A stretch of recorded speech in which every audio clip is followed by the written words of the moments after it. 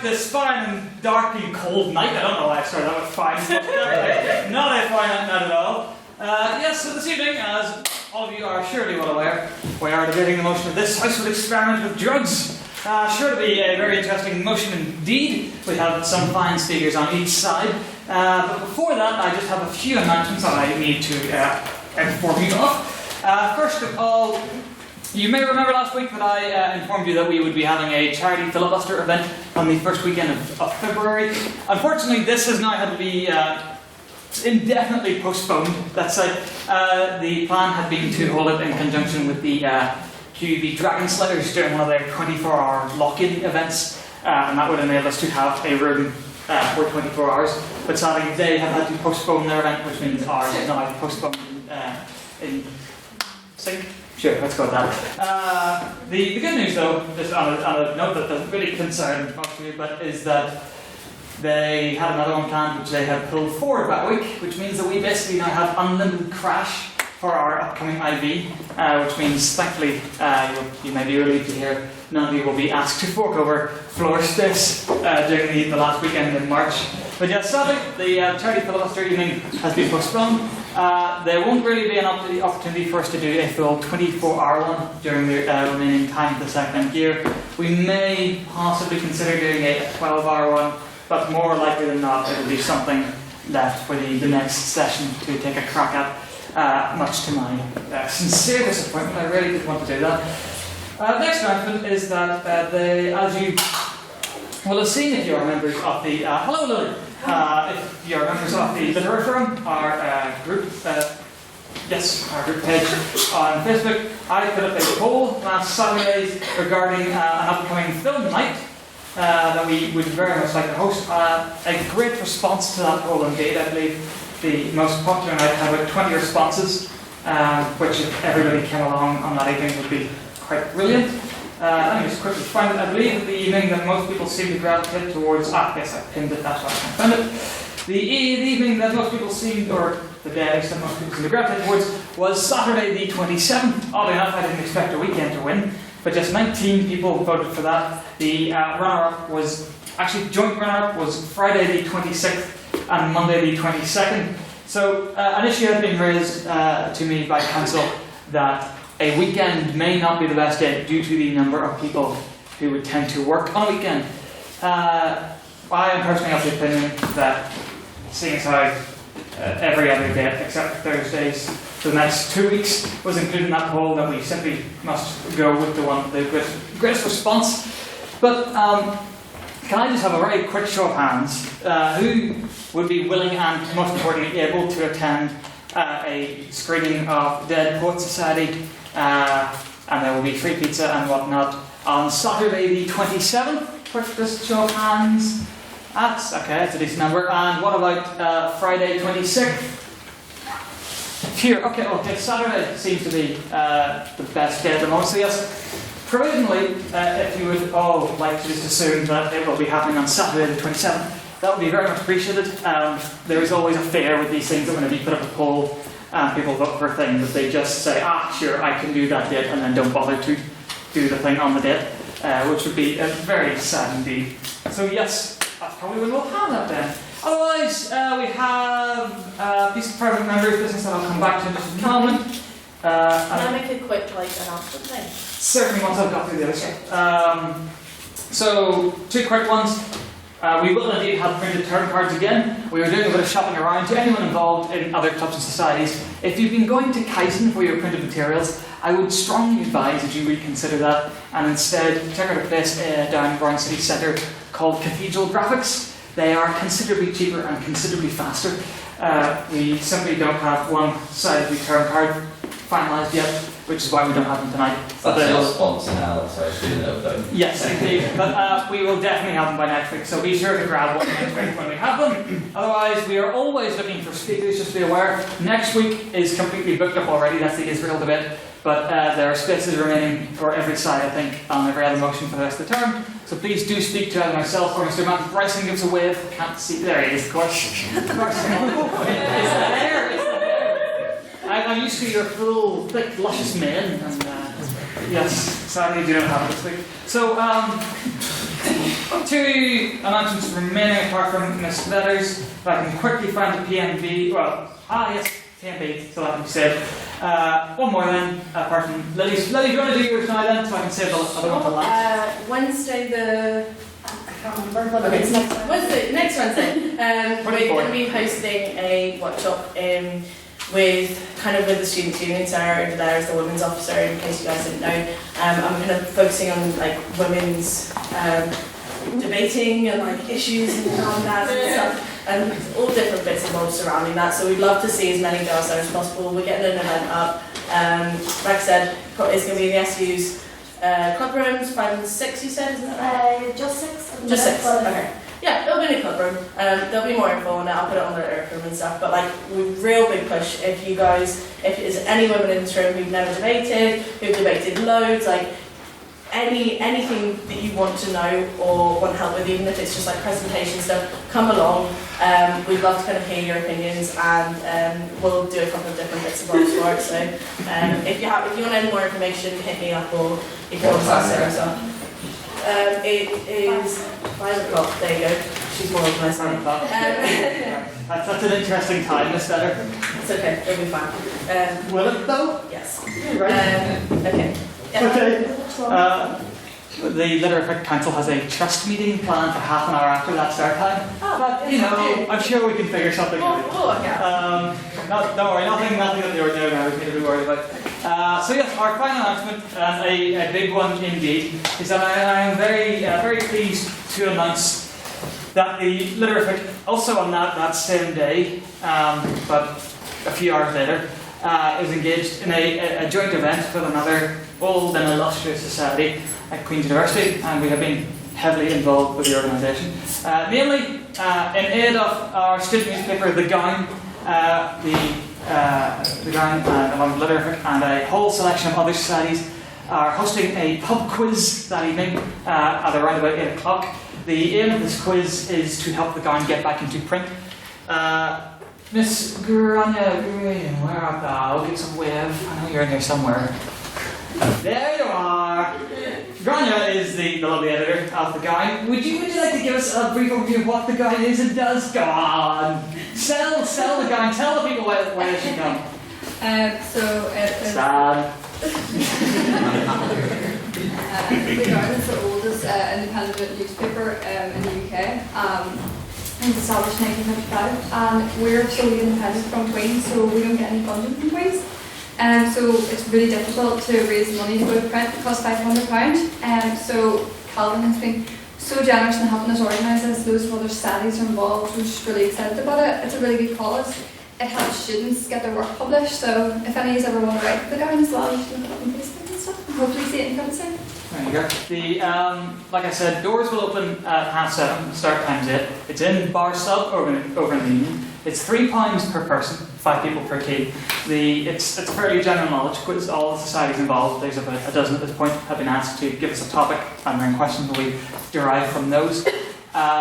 Basically, the way it is at the moment, the Gown has managed to acquire a bit of funding from some other places, but still nowhere near enough to go to print. So if every society involved were to put in one team, we're pretty sure that they'd have enough then by the end of the night to go back to print. However, this whole idea kind of stemmed from whenever we put a pub crawl on back Halloween, and the turnout was far greater than I had expected. So, I mean, yes, pretty much. That was my reaction to it. So yeah, it would be really great if as many of you as possible could be there next Wednesday, not least because I am absolutely using this as one of like the tentpole points in our... Oh, and this is an announcement. Litter is absolutely and most definitely applying for the Best Society Award this year. Awards. We will steal it away from the grubby little hands of Swat and Lost Sock, no offense to Glasgow. But seriously, this comment you're involved to an extent I can't see anyone even. She's here somewhere. But yes, we absolutely plan on applying and gosh darn it, winning it. So if this event was a success, and a rip-roaring one at that, it would contribute immensely to our pitch. So please do get a team together if you can. Like I said, teams of 5, £3 each, only a few hours, and there are prizes, first, second, and third. I'm not entirely sure what they are at the moment, they're being organised by somebody else. But it is for a very good cause, and the gown, as far as I'm aware, has gone to print at least once every academic year since 1955, and they have unfortunately not been able to just yet this academic year, because no one wants to put adverts in the student newspaper anymore. So it would be a crying shame if they didn't manage to get it back to print this semester. So please, if you can, get a team together and attend. Otherwise, I believe that's all the announcements. There's a bit for private members' business later. But in the meantime, to read the minutes of the 13th ordinary meeting, this House with C's means, I would like to welcome the beloved Secretary, Mr. Peter Dunn.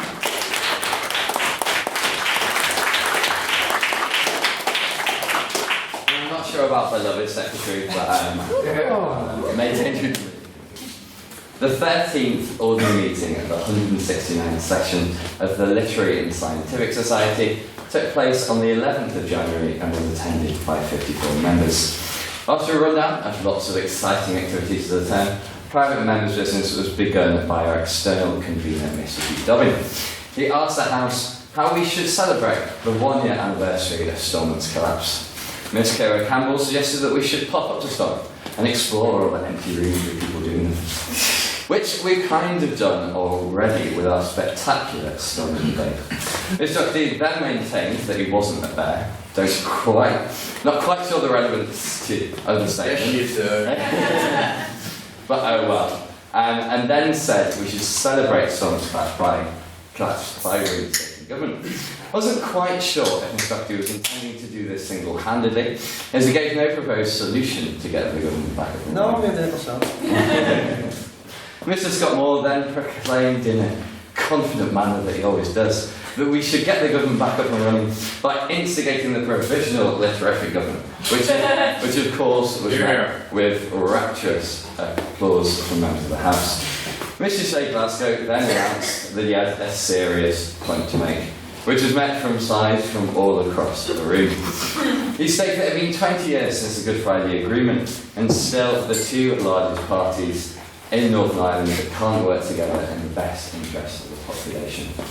Mr. Holcomb McSparrow, regaling last week's news, commented upon the release of The Fire and the Fury, asking the House whether Trump is indeed untouchable or whether he is now on thin ice. Our social officer, Mr. Conor Neal, commented that with the rise of fake news, he's pretty much infallible, as whatever allegations come his way, the distortion of what is true has become that complex that even the true news is still fake. Mr. Hugh Dobbin said he loves to defend the man, as he's of course a genius and a very stable genius at that. But the book was clearly jumping on a bandwagon and uses incredibly sketchy evidence to support the claims that it makes. It was then on to President's questions, which saw the stable fixture of all our debates, a piercing question from Mr. Matthew Sullivan. He asked the President if he could be any revolutionary, who would he be? His answer, which was beautifully sung, I'm not going to sing it, was of course Alexander Hamilton, and this was met with a decent amount of applause from the House. Mr. Russell then asked the President what he received for Christmas, and even though he claimed he was too old for presents, his mummy and daddy got him a Nintendo Switch. It's truly a magnificent piece of cake.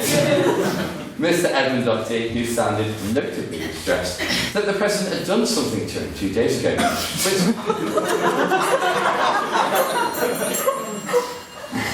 it was hushed up very quickly, which got him thinking.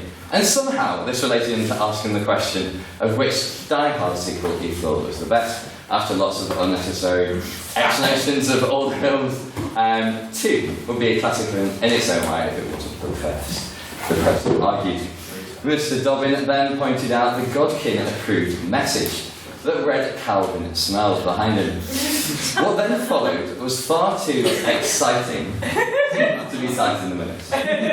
Miss Kira Campbell then asked if the President did indeed smell, what did he smell like? And I can tell you, sitting up at the front of him at every debate, I wouldn't really like to enlighten the House on that matter. But the President claimed apparently that he smells of God's tears, wasn't he? The President then forgot to take the vote in prior opinion, but did manage to introduce the motion to the evening, which read that this House would seize the production. Opening the debate in stunning dramatic form was Mr. Matthew Sullivan. Capitalism, he argued, is a disease of the most severe proportions, which is of course infecting our democracy and creating us all into parasites. It corrupts the hearts of men, and thus we should all rise up in arms. He concluded by asserting that this is the only way to create a truly fair and equal society, which should fully value the labour of the individual. Starting the argument for the opposition was Mr. Conor O'Neill. He started his speech by claiming that despite Mr. Sullivan's dramatic musings, communism was indeed the most dangerous of ideologies, which imposed much misery and suffering to the world. He went on saying, we can't illegally take what's not ours, and we need to harness the human desire for self-improvement and channel it into a social and productive way. He also commented that Mr. Sullivan was clearly not an economist. Funny that. Mr. Hugh Dobbin continued the argument for the proposition. He continued with the energy and passion and drive of Mr. Sullivan, declaring that full societal change on every level, from the ground up, that the world hasn't ever seen before, was necessary. The propositions that say no holds barred approach to the motion led them to argue that any means at all necessary, the regime will be implemented in glorious and stunning form. Continued the argument for the opposition was our Chancellor of the Exchequer, Mr. John MacDonald. He had a glint of the soulless Theresa May in his eye, and thus he started his assault on communism. But alas, Mr. MacDonald started reading from some dodgy manifesto or other. He argued that the book, written in 1848, had continued being used to uphold an ideology that had failed, and failed again.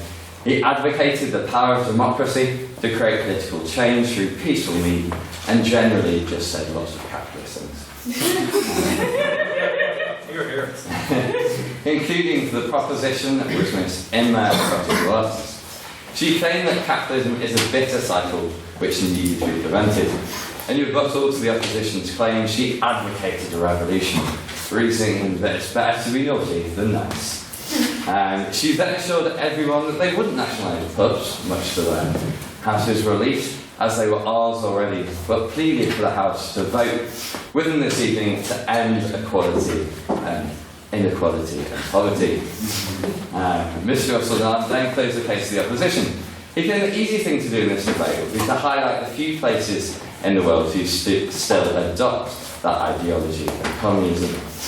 Having appalling human rights records, including the supposed paradise of Cuba, recorded to have some of the most brutal suppression of political dissidents. He then said he could simply make fun out of Karl Marx's beard, and his job for the evening would be done. But alas, this man's speech was, of course, much more substantive than that. He reasoned that it's scary and dangerous to have a government with a finger in every single pie, and that social change with the current system is what we need, not a revolution. He ended with a message from his sponsor. Questions were then heard from Mr. Sarah Campbell, Mr. Auckland McSparrow, Mr. Jeremy Muller, Miss Lauren Carvey-O'Neill, Mr. Dobbin, Mr. Doherty, Mr. Scott Moore, and Mr. Jeff Patton. A vote on speakability was then taken, which read 11 votes for the proposition, 14 for the opposition, and 8 abstentions. May I take the minutes as read? Aye.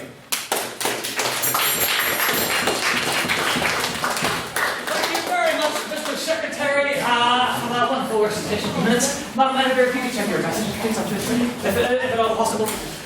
So, we shall now go into private members' business. We shall come to the piece that I was emailed just in a moment, but does anybody at the floor have a piece of private members' business for the house this evening? Miss Swale. Alright, so this year, not this year, recently, there was a false missile warning in 2 areas in the world, and I would like the House to discuss this, knowing the fact that basically they had to retest the system at the start of each shift, and the test button was right next to the actual button. So I think it'd be interesting to discuss this. Thank you very much. Any computer scientists in the room? Mr. Sullivan. Alright. Whatever idiot decided that, first of all, the option menu for this should have had 2 options and a drop-down menu. And these should be, like, mission-critical options that you could easily choose the wrong one with no confirmation. Needs to be taken out back, their degrees stripped and shot. I too used to believe that you meant their degree should be shot. You're not applying. Don't misquote me, sir. Like, Mr. Sullivan, any other people have any thoughts on the matter? Miss Campbell. I'd just like to say how horrified I was to read some of the accounts of people who are being in Hawaii. It took 38 minutes for them to rectify this mistake. And I think that's ridiculous. Imagine getting this text on your phone and you think you have 15 minutes left to live. Like, the amount of trauma people must be going through is crazy. And I'm sure it was a honest mistake due to drop down the box, but I can't help but think that this is really contributing to the instability within the US. Absolutely. Anyone else? Mr. Hickman. Are there any, I believe there's a chair down here if you'd like it. I quite like the floor as demonstrated on our last meeting of the year. Sorry. Firstly, It took a second to hit people, didn't it? a little bit. I know that feeling. Sorry, I would just like to second the point made by Mr. Sullivan over there and say that it was a dumb thing that happened. It's a terrible shame that it's happened. But I don't think we can blame that for the instability of the States. I think that's probably a little bit of I think it's contributing. Anyway, other than that, I would just like to say, blame Apple. It's a dumb system. When in doubt, when in doubt. Thank you very much, Mr. Hickman. Mr. Gordon. Yeah, I just build on that point. I don't think it's the time in the 38 minutes will contribute to any instability of a country. I think 38 minutes where there is a nuclear attack, a possible nuclear attack, I think all the generals are panicking themselves and worrying and trying to look for this nuclear missile before sending the false text. Because if you were to send the false text when there was actually a nuclear coming, that's a different story. Thank you, Mr. Thurgood. Mr. O'Neill. I don't know, maybe America and all of its contention needs a bit of a warm-up to... I don't mean an actual atomic warm-up. There's no doubt in 9 months' time, there's no doubt in 9 months' time there's going to be a massive baby boom on the way. I mean, can you imagine? You get 38 minutes and see that. They haven't really heard many complaints from Hawaii. They're probably happy enough. Like, A salient point is always distributed. Are there any final points? I'll go with Mr. Patton.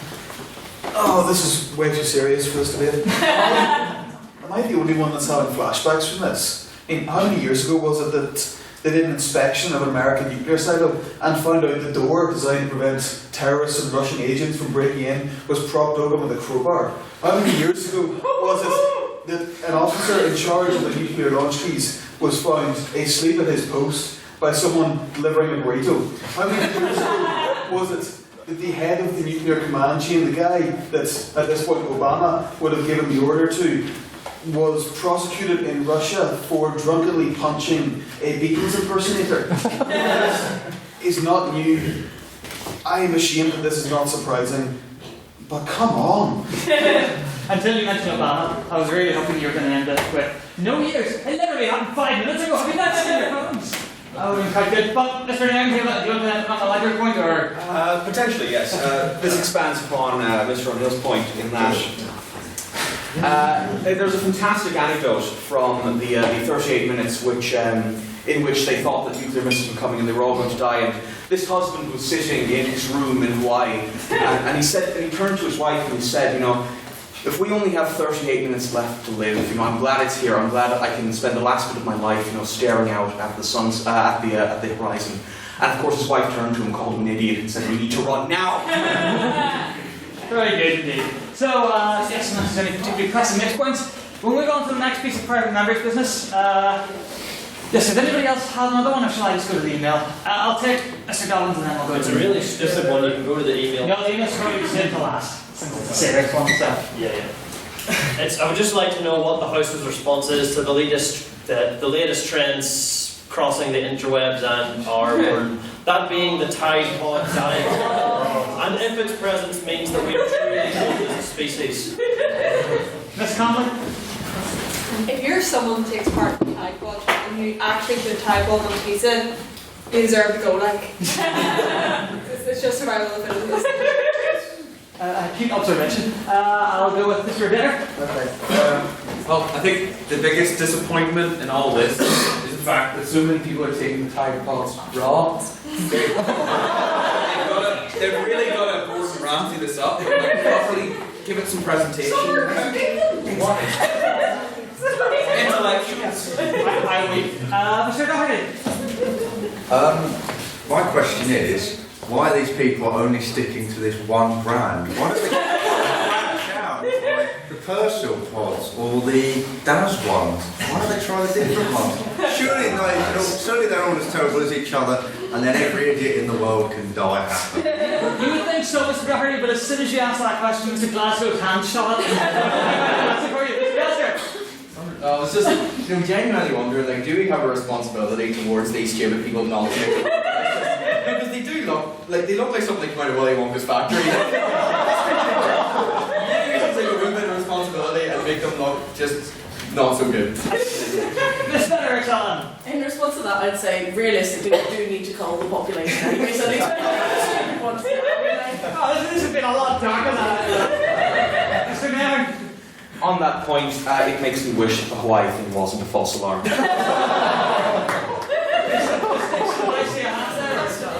No. I'll go with Miss Will and then Miss Campbell.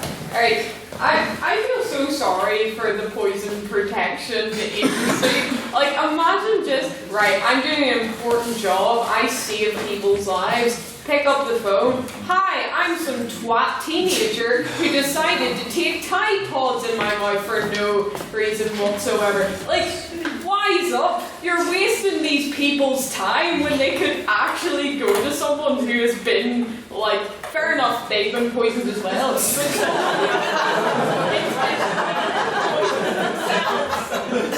But Miss Will, think of the memes. Miss Campbell. Well, I for one welcome our new Tide Pod overlord. And once more, I think it's natural human reaction. Haven't we all wanted to eat like soap or shampoo at some point? Like, it smells so nice. No. Wait, you're on some other kind of substance, maybe? Mr. Cullen, do you want to make your point, or is it? All I was going to say was apparently 12 adults in the States were killed by Tide Pods, so it's not just kids and teenagers. So we are doomed as a generation. Very, very, or at least the United States is doomed as a country for a generation. Are there any final points on that?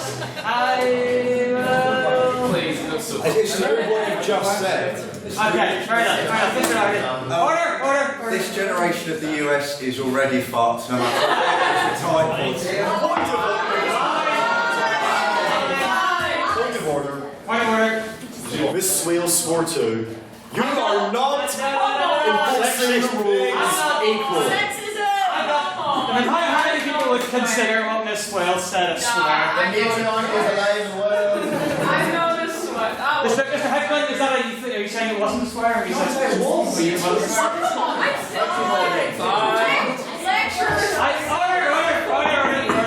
I wasn't sure if it was mainly a slightly more offensive version of the word quit. But no. I was raised in innocence, Mr. Hickman. I do not know the dark ways of the world. Fair enough. Fine. That's a bottle of pork from the both of you. Unless there's any particularly pressing bits of private members' business, I have one more that was sent in by email. So I've already conferred with the member in question who sent this in, and he has confirmed that I don't need to read the entire thing out verbatim. So basically, one of our new members this year, Mr. Michael McConway, gives away a good sir down the back there, has decided to attempt that most valiant of efforts and start up a new society, or at the very least look into starting a new society. He is attempting to ascertain whether or not it will be feasible to start up a Just a Minute Society based on the popularity of the show that was expressed at I believe it was our last meeting of the winter semester. So just to briefly read an extract from his email, he writes, Just a Minute, the Just a Minute Society, based on the Radio 4 panel game, same name. This can't actually be read out like that doesn't make any sense. In synopsis, one need not have listened to the radio show to join and take part in the society, and this is certainly not a fan club. My aim for the society is to allow Queen students of all disciplines and age groups to explore and display their comedic talent by speaking on a number of subjects without hesitation, repetition or deviation. A platform for students to perform comedy or even try it out is an opening in the extensive list of societies of Queens. Currently he feels subjects need not toe the line of academia and can be chosen to facilitate humorous dialogue between participants. For example, my worst hangover, the dreaded icebreaker tutorial, or even the haunted house on Stormont Hill. For that matter, the Just a Minute format is also useful in developing interview skills and improving public speaking, thus particularly relevant for the university students. With time, hopefully the best speakers can contribute towards a specially recorded meeting, perhaps with Queen's Radio. So the reason for this request is a number of the members of the House said that they enjoyed the show when mentioned in passing at a debate last semester. And so, yes, if anybody is interested, I believe the minimum number of students required to officially found a new society under student union rules is 15. You also require 2 people to be the secretary, treasurer, and I presume, of course, Mr. Conway would want to be the president himself. Mr. Conway, is there anything you'd like to say on the matter yourself? But by all means, take the floor. Well, I just thought it was quite ironic that I sent you some notes to promote a new improvisational comedy society. Apparently that was an oversight. Maybe I'm crazy for starting it, but if anyone is interested, if you'd like to deviate towards me at the end of the debate, register your interest so that we can get these 15 people and then move on to the next stage. Thank you very much. I'm sorry to take up any debating time. Thank you.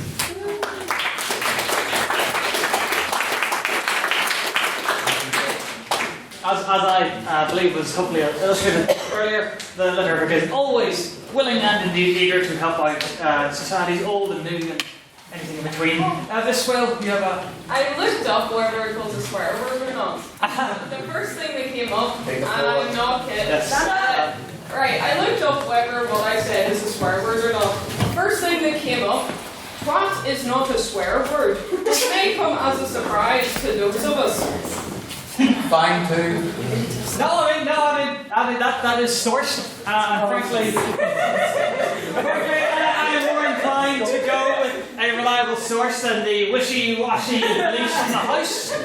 I will let Mr. Bradley say a point on the matter. Mr. Chairman, members of the House, Ofcom, who are responsible for TV regulation. As we know, the letter, well, we might not know, but the letter used to be broadcast on TV and it's broadcast over the internet, so I think the same guidelines should apply.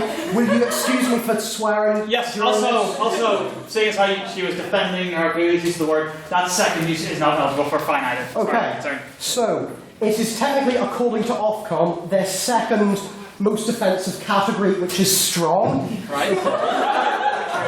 The strongest being what I will call the C-bomb, fuck and motherfucker. The strongest. I don't think I give you permission to use the words. But it is context for the future, and I will be posting this somewhere so that we know, so that there's no arguments like this in the future.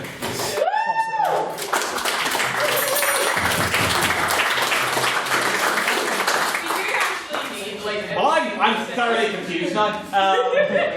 First of all, just to conclusively wrap up that previous bit, thank you, Mr. Conway. Moving on to other things now. There we go, we're on to this next bit. Mr. O'Neill, can you shed some light on what the heck is going on right now? I'm not powerless on the other half and sitting on the fence in front of you.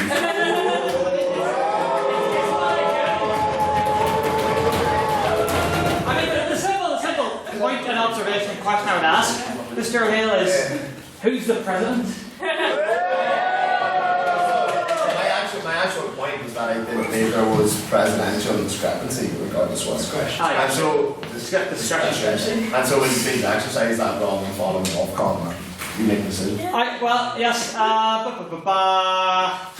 mean, frankly, to begin with, I didn't think it was a swear. What I will say is that, seeing as how I was battered about by the paltry whims of the House, I will indeed stick with my original definition and retract your fine. However, I would ask that, seeing as how the main reason is because I wasn't sure before, seeing as how the House has now expressed a displeasure and distaste for that word, do not utter it again, and if it is uttered by anyone else, it will be considered from this point a fine. I think that is a fair and happy medium.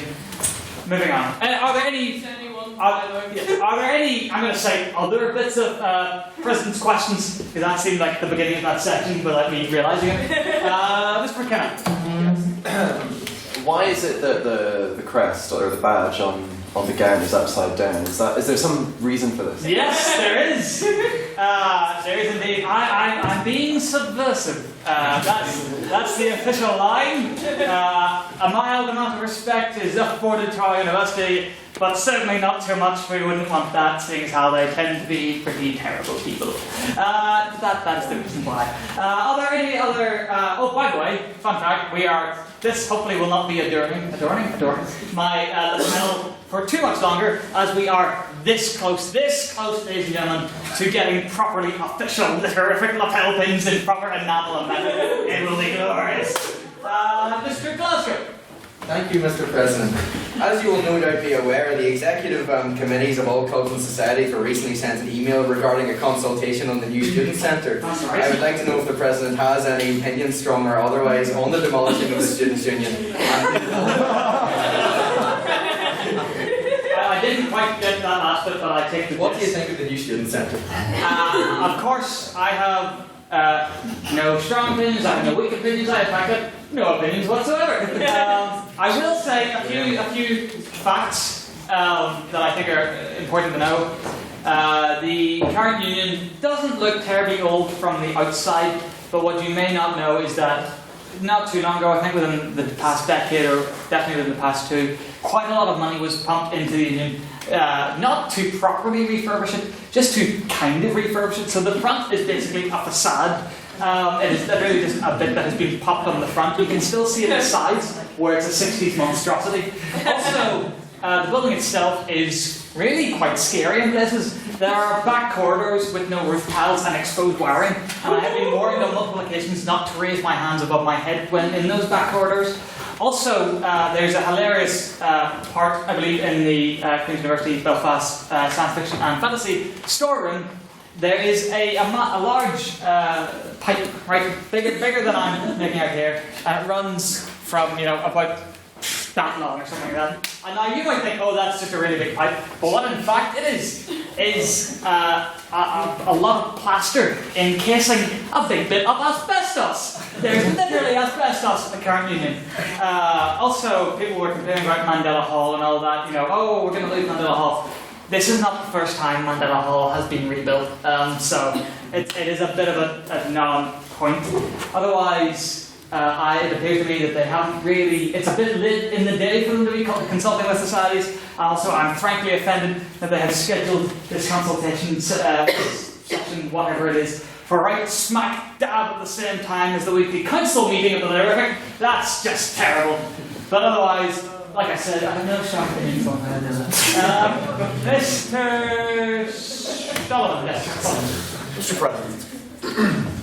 If you could be any drug, Mr. Sullivan, if I may answer your question with a question, what's the most potent? I'll be that one.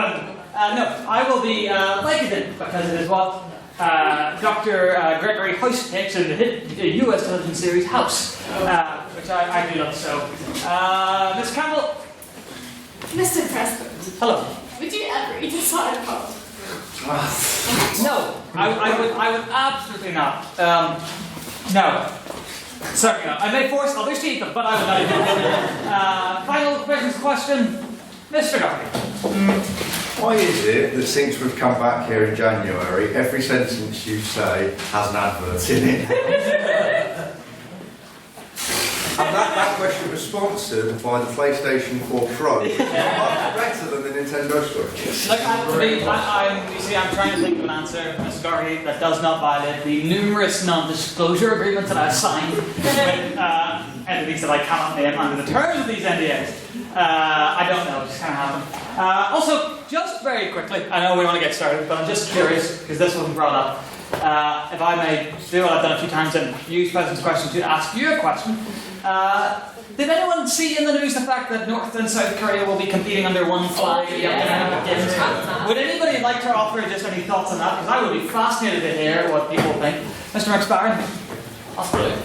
It actually is brilliant. Like two countries which have effectively signed a ceasefire for 60 years have somehow, possibly due to the lunatic in the White House, have decided that they're not as big a bunch of lunatics and are going to actually combine together. But I did about reading North Korean culture recently, and the North and South Koreans actually believe that it's a terrible tragedy that they are separated. They do see themselves as one nation. They just have this ideological and gulag ideological difference which they cannot fundamentally agree in. But I mean, I think it's just a set of differences and really get rid of one of the longest running conflicts that our world knows, and we can begin at that, and this is such a good step forward. So yeah. Thank you very much, Mr. McSparrow. Anyone else like to say, Mr. Patton? I would just highlight one deeply worrying point, pointed out by the last speaker. If this is due to Trump making everybody else seem more sane, I am deeply, deeply worried, because he is still Little Rocket Man, a mental guy with a small hand and a smaller button. Thank you very much, Mr. Patton. Ms. Dixon? No? Mr. Doctor? I think really it's just a smokescreen, given that like North Korea pretty much threatens to like bathe us all in atomic fire every second of every day of the week. You know, we should take it with a grain of salt. I also heard that some of the South Korean teams are concerned because the North Korean teams are nowhere near the same standard as the South Korean team, and they're afraid they might be dragged back. I'll take Ms. Cummins. Just a point of correction, it actually hasn't been decided yet. They're going to be competing under the one banner. It has to go through the Queen Committee as well. That's right. That is true. And finally, I was just waiting to see I could take Mr. Tell you what, I will take Ms. Swell and then finally Mr. O'Neill. Okay. Well, I personally think it's a really good thing, but there is some people talking about the fact that basically recently North Korea has been under sanctions, basically to stop this whole threatening to wage nuclear war every 2 seconds. And some people are saying this as you shouldn't be nice to North Korea, you shouldn't be giving them a helping hand in this, because you're actually because you're basically normalizing it. And I personally think it's a good thing, but that's another way to look at it. No restriction now? I mean, Secretary haven't spoken yet. So they might like to demonize North Korea, but actually maybe rehabilitating it would be practical, non-ideological, make a lot of sense, de-escalate the whole situation, so maybe it would be good to bring them in from before. Thank you very much. And finally, Mr. O'Neill, maybe you don't want to make your point anymore. Just a quick one. I'm excited about it. Maybe, just like you said, reculture. Maybe North Korea needs to reculture us. Apparently, they're bringing 32 athletes and like a 400-man and woman strong band with like 250 cheerleaders, 100 marching band people. It's going to be epic. Can you imagine if everyone brought the same posse to the Olympics? This is terrible. Something to avoid. Thank you very much. I think that's tiny addition. Just so everyone knows, the North Korean national anthem actually is a banger. I think that is a good point to go on. So, yes, this week I will actually read the order paper and remember. So, vote on prior opinion. You don't need your membership cards for this. This is the non-binding vote. So, to remind you again, the motion this evening is this House would experiment with drugs. If, as of right now, you are in favour of said motion, please raise your hand and say aye. Aye. Keep them up, keep them up, keep them up. 1, 2, 3, 4, 5, 6, 7, 8, 9, 10, 11, 12, 13, 14, 15, 16, 17, 18, Mr. Secretary. 18. And all those who are, as of this point in time, opposed to the motion, please raise your hand and say nay.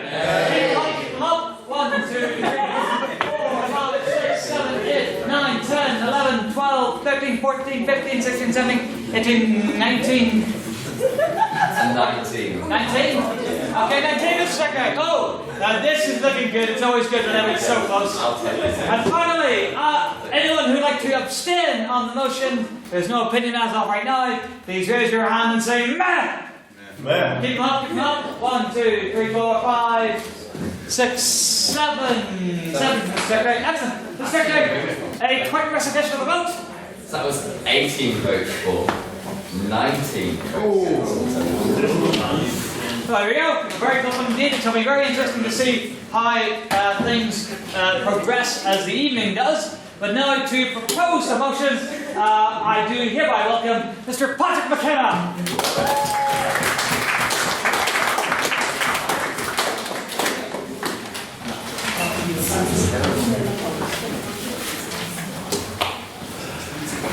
Thanks, 1 second.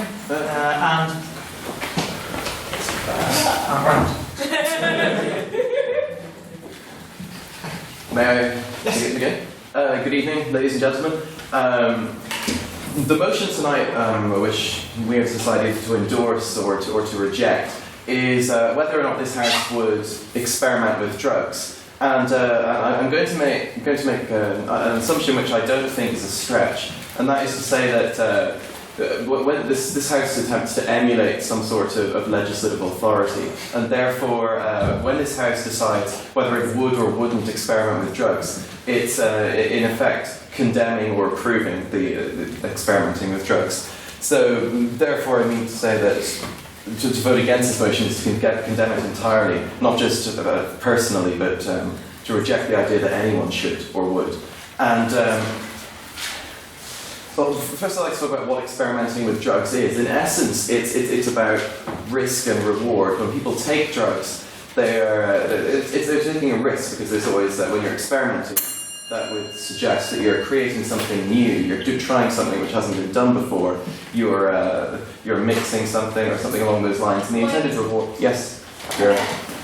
Let me get that, sorry. Is it worth it to be creating something new if it's something dangerous like most drugs are? Yes, well, that's what I'm saying. This is a personal decision. This is, I mean, that point exactly. It is an issue of risk and reward. And for me to stand here and say that it's not dangerous is idiotic. It is, but my point is that it's a personal issue. And you take this risk of mixing, and the intended reward is that you achieve some sort of experience or something which you consider personally to be beneficial, to be positive, to be a good experience. Last one? Well, sure.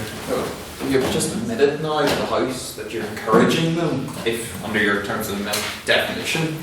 You've just said that you're encouraging them to do a dangerous activity. Yes. If you don't mitigate the risks, then that's extremely dangerous. Yes, no, I'm not suggesting that someone should go out and do something incredibly dangerous. I'm suggesting that someone should be able to go out and do something incredibly dangerous if they so desire.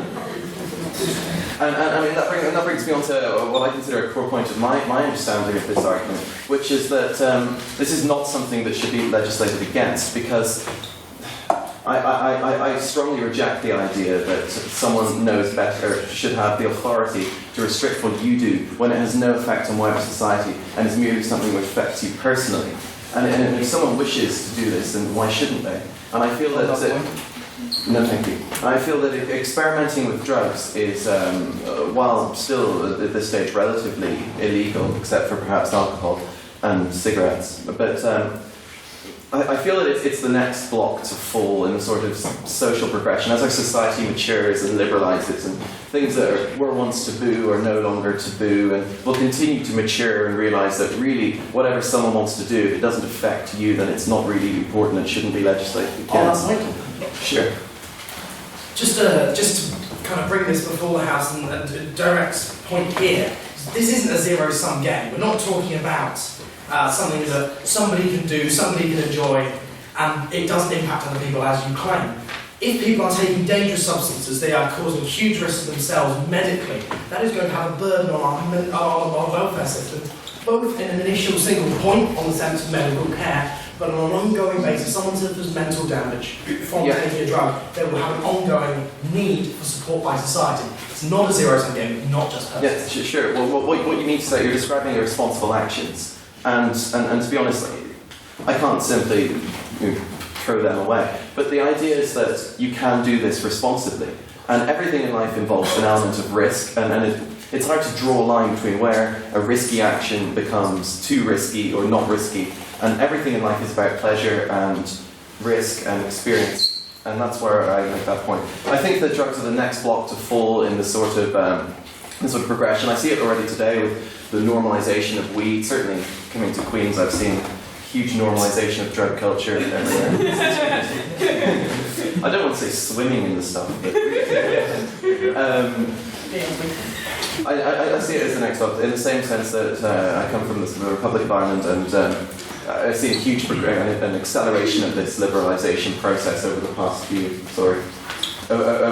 few years, and I mean they will eventually repeal the 8th Amendment if there's enough Liberal votes in Dublin. And the whole idea is that we're allowing people to do as they wish with themselves as individuals. Now, I'd like to talk about. Sure. Okay, this is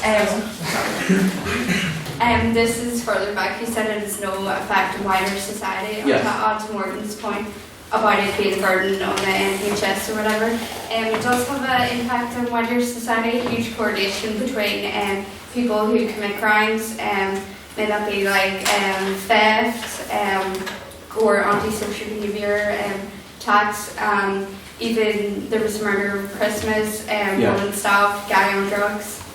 I mean, it's quite evident it does affect wider society. It's not a personal choice, and only you have only impacts on you personally.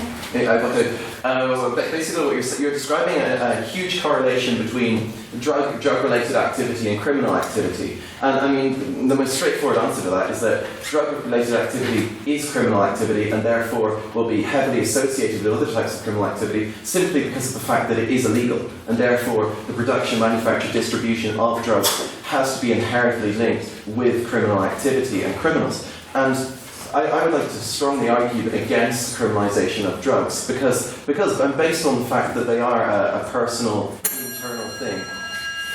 But really, I think there's a huge amount of benefit for society in legalising drugs simply because there's an entire economy that is completely untapped. And usually, economies, they have a relationship with society where they're taxed, therefore they benefit society and government. They allow us to develop our society as a collective. And we have this entire economy which exists, and there are laws against it, and they clearly don't stop it because it still exists. However, we can, I don't see why society shouldn't be tapping this. And I guarantee you that there will be a hell of a lot more money reaped from this economy than the people taking drugs could ever impose on the healthcare system.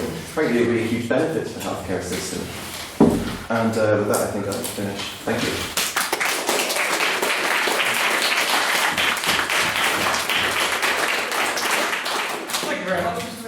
And now to open the case for the opposition, our internal convener, Mr. Matthew Preston.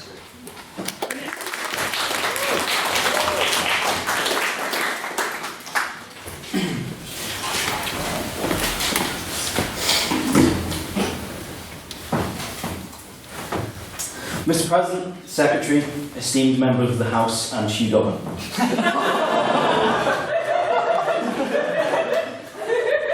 Drugs kill. They kill all ages, youths, grannies, and probably kittens. This is obviously awful for many reasons, but most of all, it takes jobs from good, hard-working serial killers and terrorists. Picture it. It's a nice day in southern Syria. You've worked hard on a plan to assassinate some American capitalist pig. And then you were told your target died from an overdose. It's pure heartbreak. There is more than one victim of drug overdose. Taking drugs also takes time. Time that could be spent on sports, socialising, and especially debating. There is no drug that can give you what a man like Matthew Bradley can do.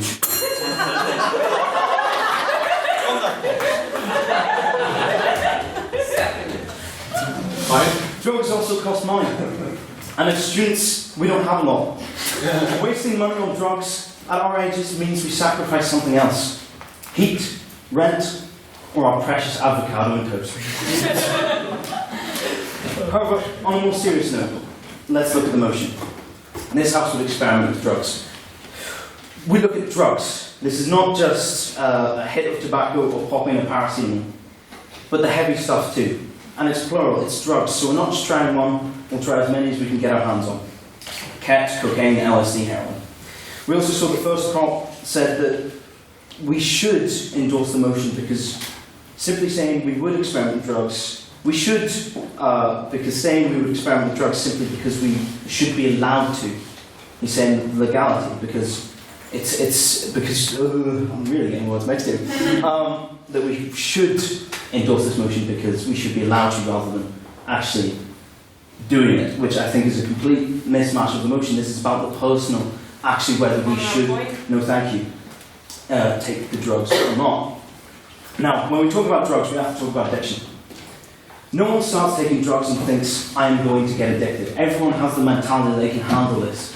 Everyone goes into drugs thinking that they will be the one who can take it once and just be fine.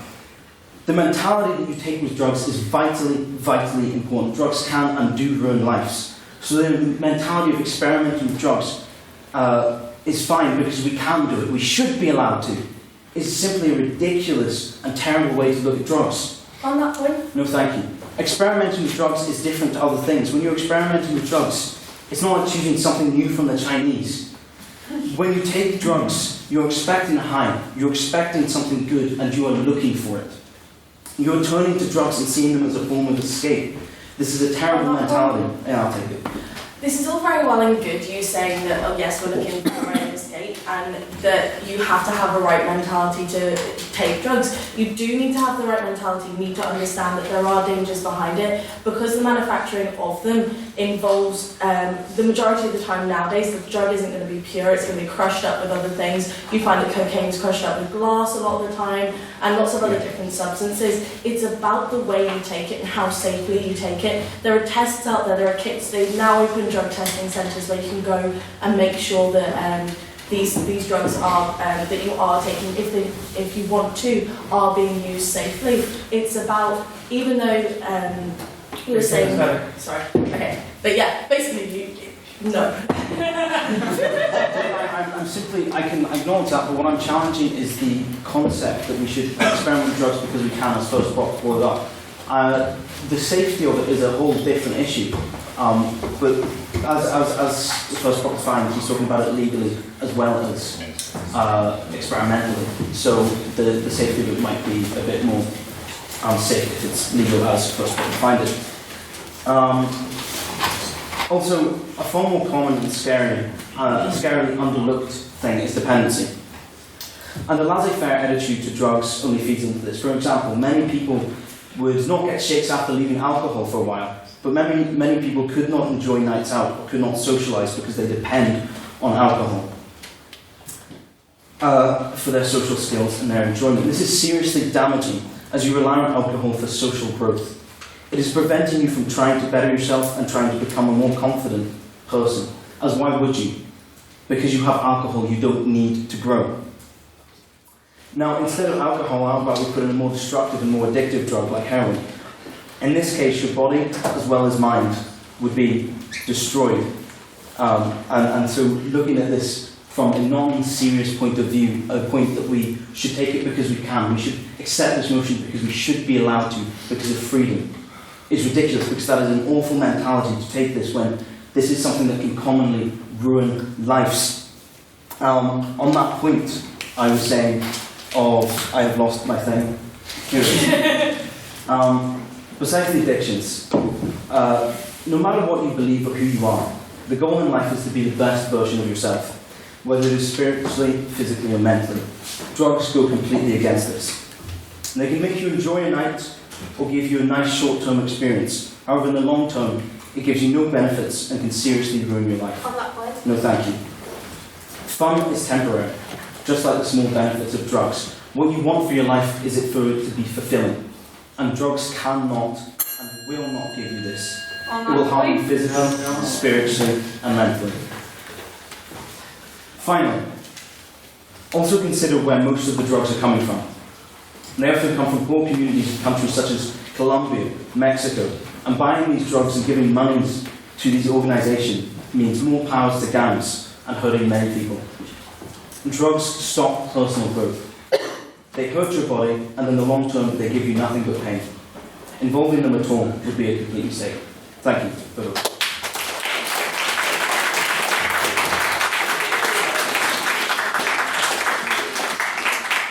Thank you very much, Mr. Bryson. And now to continue the case belief proposition, I'd like to welcome Miss Kearswell.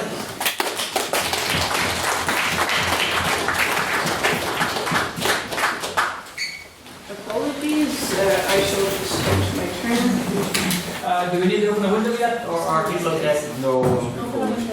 I'd say over Raise your hands. Who wants the window open? Who wants to keep it closed? Be made closed.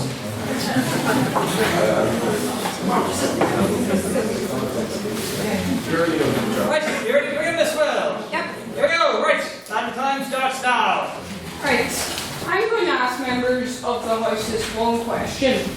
If you are ill and a drug is not working for you, are you just going to go, that drug's not working for me, I'm just going to keep on taking that same drug even though it doesn't work for me? Of course you're not going to. You're going to experiment and try other drugs to help you with your confliction.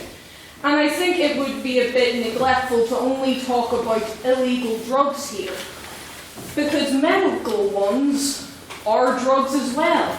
And at the end of the day, yes, drugs can hurt lives, but they have helped many lives. Like, for example, with me, I had a pain condition for 3 years. I could barely move my hand. And yet I took paracetamol to help me so I could write my essays and get through school. This is why you need to experiment with drugs in that context. Go on. Doctors don't just allow you to experiment with drugs. If you have an illness and the drug you're taking may have bad side effects or isn't necessarily working for you, it's usually better to be on that drug and suffer the bad side effects or have some limited help that it can take you rather than not being it at all, which is what doctors usually offer you. Right. I'm actually going to address this further on in my speech, but basically there are medications out there that are far better for certain conditions, but because of the stigma that's associated with illegal drugs, these are not getting to the patients who desperately need them. Like, for example, cannabis has been seen to be quite a good treatment for some people with MS. And the typical medication associated with MS would have people basically in a zombie-like state, not being able to really do much, and this would take maybe hours to come into effect. Yet I read an account from an MS sufferer who took cannabis and it worked almost instantly, far better than the medication she was taking. I'm not sure what you're talking about is exact experimentation, because you're talking about drugs that are known to fix these things. It would be experimentation if you took a drug that you didn't know would work, as the risk-reward thing that Patrick brought up sort of implies. It's not experimentation if you know it will do that, or there's no risk involved. I think with any drugs, you're going to get side effects, you're going to get risk. But if something is not working for you, you need to experiment with other drugs to find something that will work for you. And that's basically what my point is. If I had some of these god-awful conditions, like for example cancer, PTSD, things like that, I am going to try any drug that is going to help me through that. And for example, there are cancer sufferers who are at the end of their lives. They're terrified, they face crippling anxiety and depression at the end of their lives. And there was a study that found if you gave magic shrooms to these people, they were far more likely to accept death. On that point, madam. No, I think that might be embarrassing. So pretty much, and they're more likely to feel content in their last moments of life. And also, that's actually how we treat addiction most of the time. Like most people can't quit drugs cold turkey. They need unfortunately, sometimes you need to give the drugs to the person to help them get off addiction. And also, for example, other addictions such as alcoholism, there have actually been treatments, for example, LSD, that has found that have basically gotten these people off of alcohol. And this will be a tremendous benefit to our economy and society. Because a person... Go on. Well, I think that's a broken window fallacy. You know, there are periphery economic benefits, such as the distribution and sale of drugs, but that does not match, at least with alcohol and tobacco, the health costs to the whole community. And so we cannot then enthusiastically say, oh, we should get the genie out of the bottle on this, which is inevitably going to cause more damage than it's going to solve.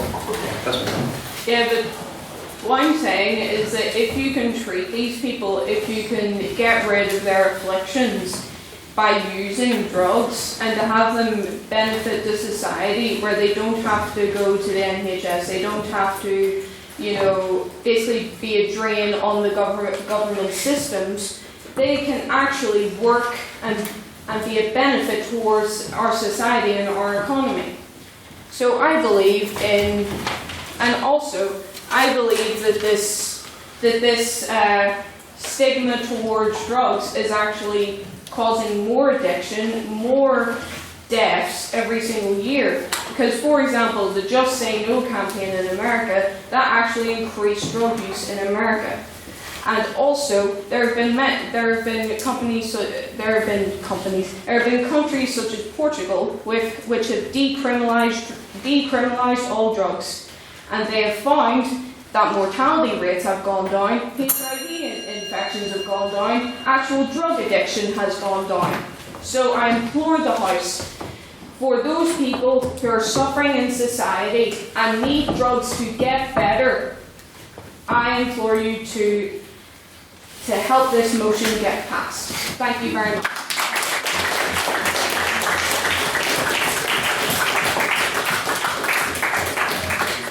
Thank you very much, Ms. Will. And now to continue the case for the opposition, Mr. Edmund Doherty.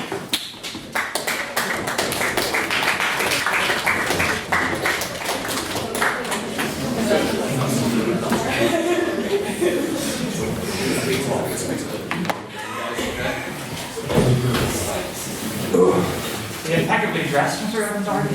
I know I said that too. This is sharp. This is what happens when your parents find the photo page on the list.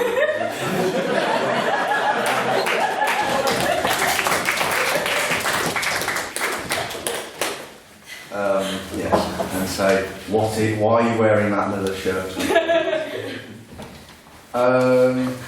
I'd like to say this speech is sponsored by the PlayStation 4 Pro. If you get it now, it comes with Star Wars Battlefront 2, also known as Loot Box. Okay, that's the nerd jokes done. Shall I begin? Yes, by all means.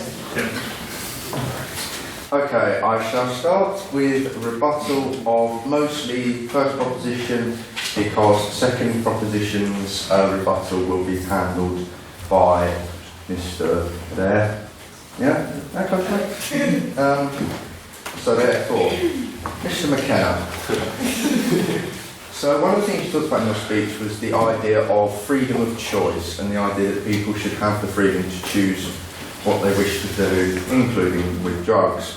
The problem with drugs is that people are very reckless with them. And they are very reckless substances, especially the ones that you mentioned, and including some of the ones Miss Swale mentioned as well. Things like LSD and mushrooms and cannabis and all of these things. They are dangerous items that I think that they're dangerous to consume. Even a small amount, they are very dangerous things to take, and it's very reckless to take them. On that point? No, thank you. and so to Mr. McKenna's idea of what the motion is, as was mentioned by my esteemed colleague, Mr. Bryson. He spoke about the idea that experiment effectively meant legalise. And I don't actually see the connection with this. You can experiment with something that is illegal. It might be illegal to jump off the Hoover Dam, but I'm sure someone has tried it. This argument is actually, this debate is actually an argument about experimenting with drugs. And as I've written down, we are not arguing for banning drugs. We would simply not experiment, as in use either regularly or irregularly, with those drugs. I like the use of the accent I put on there. Alongside this, Mr. McKenna mentioned the 8th and the whole repeal of the 8th, debated mid-March, everyone turned up. However, I'd like to point out to him that, even though this was clearly an offhand comment, I'm going to stretch out and say that if you did take drugs, specifically illegal drugs, that could severely harm your abortion and make it much more difficult for you. So, you also spoke of the whole drug on. So, what you mean to say is that your argument is based on the fact that society as a collective can turn around to someone and say, no, you shouldn't do this, because this is something that will harm you, even if this person wants to do so themselves. If I was to say, if someone wanted to go and blow up somewhere, I'd say that that's a bad thing. If someone wanted to kill themselves through cannabis, I'd also say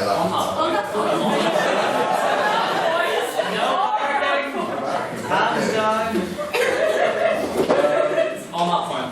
Hands down. Finally, because I have a very long quote to get through it, if I don't get through it, I will kick over the mic. Don't you dare. Mr. McKenna mentioned the drug economy, which is gratefully into my main point, which is that illegal drugs are purely made to be sold, not to be enjoyed. As Ms. Mesa mentioned in a POI, the whole point of glass in your cocaine shouldn't really be there. However, a lot of drugs are often put in with random substances. And this is where I bring it on to the difference between drugs and alcohol, before going back to the thing about being sold. They are both sold, of course, however. The difference between drugs and alcohol is... Oh, thank you. Sorry. Okay, here's why drugs are more dangerous than alcohol. You see that bottle of wine there that Mr. McKenna has? You see on the back it's got a list of ingredients? Do you get that with an E-tablet, an E-pill? I don't think so. Admittedly, I've never taken one, but I don't think so. On that point, this is already.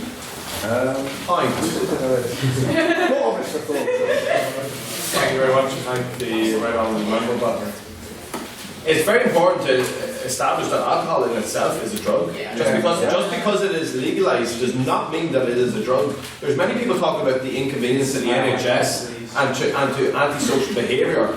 Alcohol is legalised and it causes the biggest harm to the criminal justice system and to the NHS. And it is legalised, but it is a drug. I don't consider alcohol poison, but that's my opinion. That is true that you could say that alcohol is a drug. However, I would say that if I had to choose between giving up beer or then having a bag of cocaine with me, I think I'd stick with beer. And let's be honest, we're not going down to a crack den later on, are we?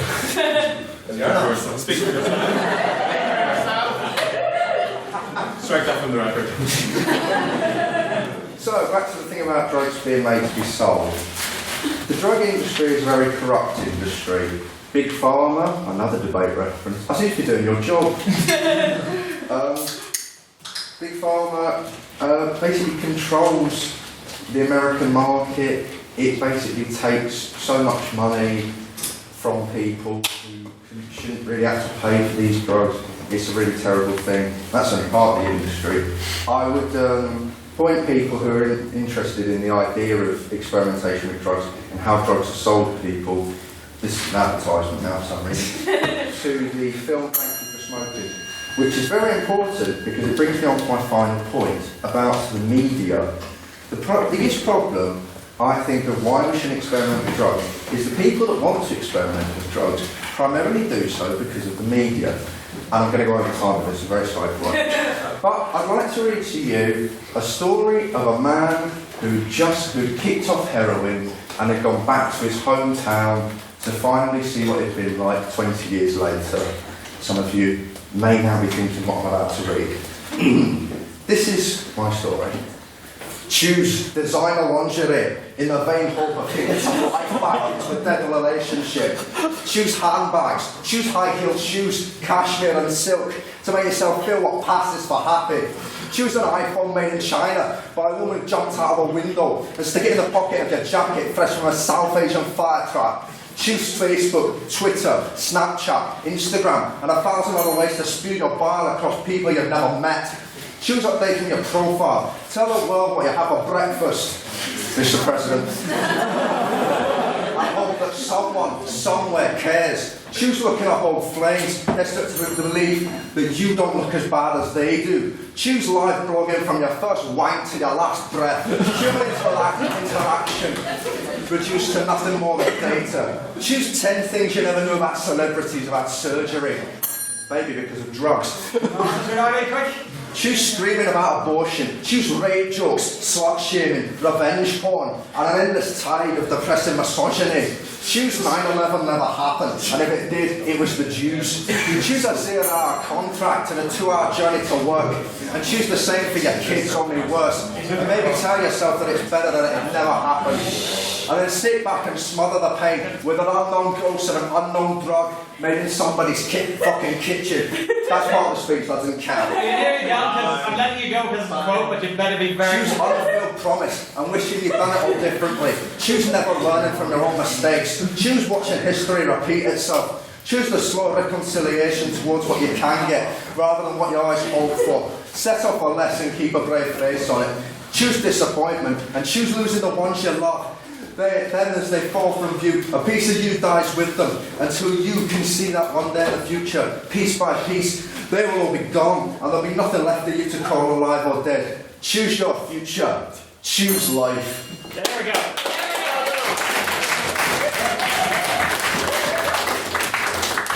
Right, so just a couple of things. Thank you for your speech, Mr. Doherty. I didn't have to fine you for that, because that was outrageous. Normally I would be a lot more insistent about stopping someone who's gone over time, but I thought since that was a quote, I'd let him go. I didn't realise it was quite so long, but nevertheless, yes. And to make that to you, that's a fine that you must actively share with the members of the House. So that's so, yes. On that point, can I have a translation of what he did? Well, they're very good actually, I will say. Amen. So, just one last. Are we sure we definitely don't want a window open? Are we not? Yeah? Please open a window. Yeah. Can we crack that one open a window? Let's get some air in here. Or here. Right, so, on to our final speaker for the proposition. In his maiden speech, I would like you all to welcome Mr. Holgen McSparrow.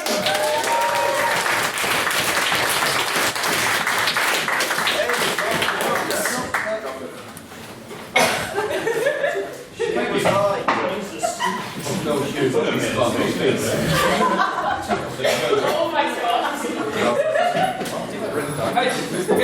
Yeah. Right, let's go. Okay, well, first of all, I'd like to thank Mr. Black for asking me to do a maiden speech on such short notice.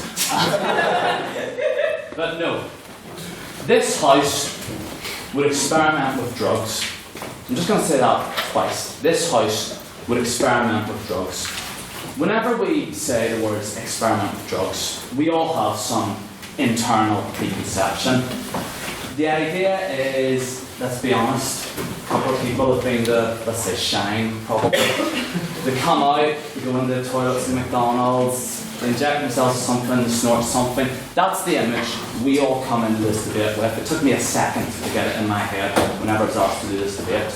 However, if we're talking about drugs, we've got to look at the dictionary definition to properly understand drugs. And the dictionary definition that the incredible encyclopedia of Google gave me, a medicine or other substance which has a physiological effect when ingested or otherwise introduced into the body. A medicine or other substance. When we talk about experimenting with drugs, we are not just talking about illegal drugs like the members of the opposition would have us believe. No, we are talking about drugs from all across the spectrum. So please broaden your mind with this debate. On that point, No. I am a libertarian. I wholeheartedly and unashamedly believe that we as humans should be allowed to experiment with drugs of all types. Now, like I said, we have not talked about medicinal drugs largely. And I want now to actually do something a bit odd by literary standards, and we're going to get a bit of audience participation here. I want you all to go back to the 1780s. Yes, I know. My name is Edward Jenner, and there is a plague sweeping Europe and the world. It's called smallpox. Now, if it was not for my experimentation with drugs, where I'll be looking predominantly at the women who deal with cows on farms, they get cowpox, and we found out that whenever you contract cowpox, you do not get smallpox, and this experiment was conducted by Edward Jenner. If it was not for that, smallpox and the drug smallpox would be widespread today. In the 20th century alone, on that 300 to 500, yes. Our medical standards today are different enough from the 1780s that we do not need to experiment with drugs with the general populace, which can instead be done in a controlled medical environment which is safe for everyone. I will fully acknowledge that point. However, I would say this here, that if the experimentation had not been done, there would be millions, if not billions, more dead today. That was due to experimentation with drugs in a medical sense. So, when we talk about experimenting with drugs, we've got to remember we're not just talking about someone doing coke in the back of limelight. We're talking about experiments to save people's lives. We still have human testing today. Admittedly, you volunteer for it now, probably a good decision, but you have that option to volunteer for it. Like I was saying, in the 20th century alone, it killed 300 to 500. Yes, Karen. Okay, so when you defend the experimentation that happened to fight against smallpox, and the motion is this house would, not this house did. That's a good point. I'll get on with that. Give me 1 minute, okay? I just want to make this point. This would have killed between 3 and 500. This killed between 3 and 500 million people. Now, like I said, directly because of this experimentation, it was eradicated, and I cannot think of a more prudent example to show why we should experiment with drugs. Now, like I said, the opposition have predominantly focused on experimentation with currently illegal drugs. For example, cocaine, marijuana, and heroin. Yeah, and they are detrimental for your health. I'm not going to deny that. However, they frequently have discussed alcohol and said that alcohol is not detrimental to your health. Well, many of us are going down to word workers later tonight, and I'm just going to use... On that point? Right, okay. We never said anything to that. We have never endorsed taking alcohol. We've never said, I'd rather have light over cocaine. no, that's a choice. That's not endorsing. So we haven't simply said... Mr. Price, I've seen you drink many times. Mr. Price,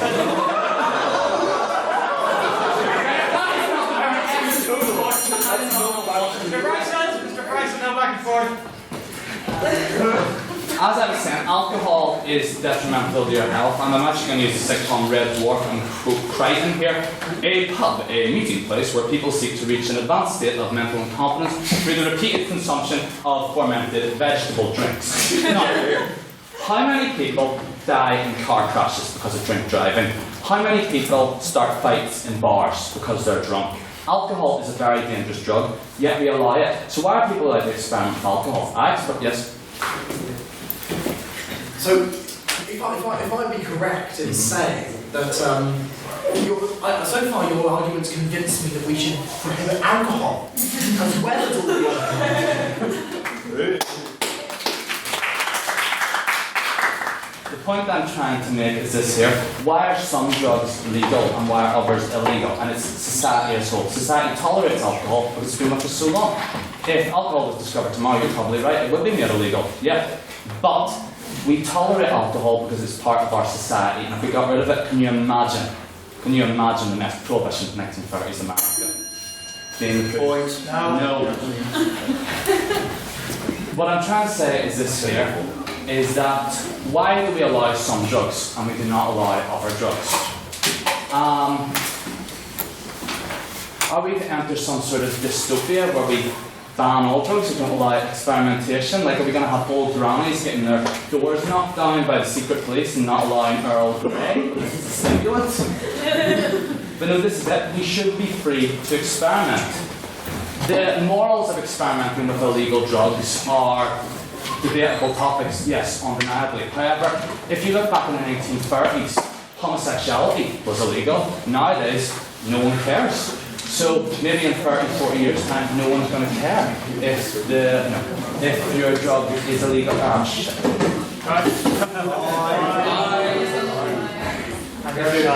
What? Am I out of time? Pretty much. Okay, so pretty much negative or positive freedom. You should have the right, if we endorse negative freedom in this house, as last week's debate proved to us. I'm just going to finish with a quote by Jesse Pinkman here. Do I endorse the experimentation of drugs? Yeah, bitch!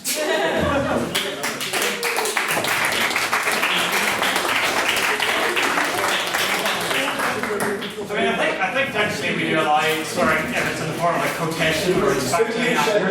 I asked Mr. Donald, but I think he's Oh, really? Mr. Dunn, you just gave him permission, did you? Wow. I see how it is. Can we get another round of applause, please, for Mr. Garner's main speech?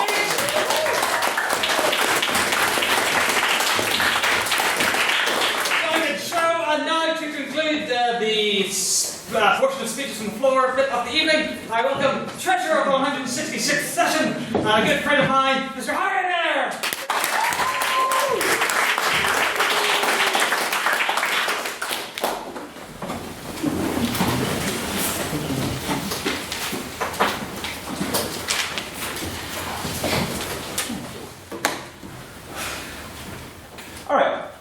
Good evening, ladies and gentlemen.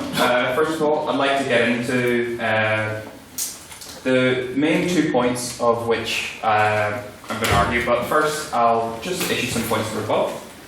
First we'll be dealing with Ms. Will's points in particular. The first main one I identified was the use of drugs in self-medication in particular, and the medical benefits that are associated with certain drugs. In particular, cannabis with pain toleration, and there are a number of other ones, in particular ecstasy with certain, I can't remember what it is, but basically the main issue here is it's patching over a bigger problem, mainly how in particular mental health is dealt with in the current health system, and generally a workaround is not a long-term solution. It can lead to more, it leads to more damage in the long run. It can lead to many false cases of, many false cases of false prescribed illegal drugs, which can exacerbate existing issues. That is reckless to people who are already in a dangerous state. And then, second of all, deals with third Prop's main speech, which was addressing the fact that this motion doesn't exactly just limit itself to illegal drugs. That's absolutely true. No one on the opposition bench has wished away the problems associated with legal drugs, not just alcohol and tobacco, which are the big ones, and coffee, I guess, but also prescribed medication. Prescribed medication is a long list of risks, well-known risks that have found themselves in the public domain. At the end of the day, if you don't take responsibility for your own health and you recognise the risks associated with these substances, or you do not communicate correctly, or the medical system does not correctly communicate back at you what your body needs, you're going to have very, very dangerous situations. And that is not something... Yeah, Farrell. Would you agree that when you're considering medical drugs, you're working with a calculated and considered dosage, and it's I see your point. in that sense. Basically, that is the main separation between self-medication and medicated drugs. I'm not saying that medicated drugs do not have a long list of issues. They do, absolutely. We go through it day to day. But illegal drugs are more dangerous because they're unexpected, they're unreliable, and they're not prescribed by medical professionals. And I think I've dealt with that at this point. So, I have... I don't have much to contribute, but I do two main ones, of which I think this debate can be... Okay, fair enough. I think you have much to contribute. Yeah, so first of all would be the personal risks associated with the social aspect of taking drugs. Because at the end of the day, we have to recognise why people take drugs. And you parsed out one of them very much in particular, the fact that it opens up new experiences to people. Musicians, philosophers have often used these throughout the times to get new inspiration. I'm not denying that. It is part and parcel of what drugs are. And the other one is that it's just fun. It's a very human thing to look for fun. I mean, if we don't measure our pleasures and our experiences throughout our life, who are we? You know, like it is part of the human condition. However, at the other time, I've seen the risks associated with it downplayed. The major one being with illegal drugs is jail time. Jail time separates yourself from your families. It causes considerable damage to your career opportunities. It can often, some careers are entirely written off simply due to a history of using drugs. No, thank you. It's quite dire. It has consequences for family and personal relationships. I know in particular, it's very rare for someone who takes drugs to have a successful relationship with one which doesn't. That's anecdotal, but I have seen it to be the case.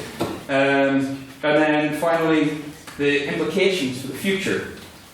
A lot of the most commonly used drugs, the ones with the least associated risks, on the top of my mind being cannabis, LSD, and mushrooms, have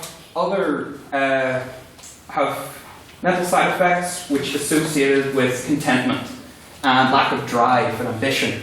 This is something in particular which can make someone content with a bad lifestyle and not so willing to improve themselves, which, as the House all are, or would be, are professionals, ambitious people, who are intelligent, the kind of people that are desperately needed in modern society. Why should they settle for more drive, more ambition, and to do better things for themselves? Why should they simply accept that's all they're going to get? Simple contentment. It's something that gets yourself in a loop and become extremely damaging. You had a good point there. Yeah, you were saying people who take drugs like cannabis and stuff like that don't experience a drug. Well, correct me if I'm wrong, Barack Obama took rather a lot of cannabis and I get that president of the he United even States. addresses that. No, he even addressed this. It was not a permanent stage of his life, and even then, he accepts that there was considerable risk associated with it. It is not something you can simply write off. And so I've sort of touched on the social issues there. But there are other mental health issues. I loomed about it with my rebuttal, but unfortunately not. We'll leave it another time. So, so I've seen firsthand the consequences of the use of drugs. I've seen what it can do. I've seen the risks associated, and I've also seen how the new experiences benefit people. However, we cannot and will not let the proposition deceive you. It cannot let the fact that these massive risks are completely ignored. And it's especially dangerous if it's being used to self-medicate, because these are vulnerable people who need desperately help from medical professionals. Disassociating them with their friends, family, and relations can be a self-perpetuating cycle of abuse and damage. I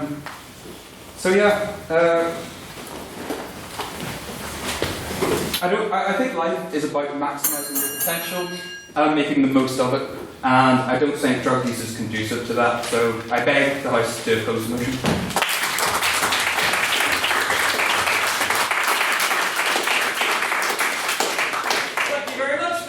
We shall now move on to the portion of the evening where we take questions from the floor. Does anybody have any questions for the proposition? Mr. Nairn. Okay. So, in my opinion, you also fell off the wagon a little bit and dealt a great deal with experimenting with drugs in a medical sense. The question I have for you is, would you or would you not experiment with drugs in a purely recreational sense, and why? Thank you very much, Mr. Nairn. Personal to recreational. Who would like to take that as well? Right. Personally, I'm saying here as a member of the proposition who's never actually experimented with any illegal substances. I also never experimented with alcohol, etc., etc. But again, I come from a position where basically I had a very bad pain condition. As I said, couldn't move my hand for about 3 years, and this was greatly detrimental to my quality of life. It affected my schoolwork. Basically, I'm very surprised I got the grades I got on it. And basically, I would, if Canvas, for example, would have helped me with that, then fair enough. And point of clarification would be. Yeah, go for it. I'm asking in a purely recreational sense, would you or wouldn't you? Purely recreational? Yes, no, nothing outside of that. I think I would if it was legalized and you were sure you weren't putting a lot of absolute garbage in it. Which, for example, with them saying that it should be illegal to say, this is actually detrimental to the people who are actually wanting to get help for this. And also, if it was legalized, like for example, a member of the opposition said cannabis, you can overdose on it. You can't. And basically, if it's regulated and controlled, you won't get that garbage in it that kills you. So you can actually use it to benefit yourself, purely recreational, with less of the risks. Thank you, Mr. Adams. Would anybody from the opposition care to respond? Mr. Adair? Yeah, so I think the heart of what you're asking was whether, you know, the recreational, you know, associated, you know, the benefits of it outweigh the risks, in particular personally to the member. And I think that's been kind of glossed over a bit in the debate, because the motion is we'd experiment with drugs. It assumes not like post some legalization in the future. We mean like today, like we go off and do something. Just purely because we want to. And I have laid out there are incentives to do that. However, it just isn't worth it in terms of the long-term risks associated with it. Although I'm not trying to scare Conquer the House and like create invented conditions you might lose your house, your home, everything. What I'm trying to say is you can do better. Like. Thank you, Mr. Adair. Are there any points for the opposition, Mr. Roger? Okay.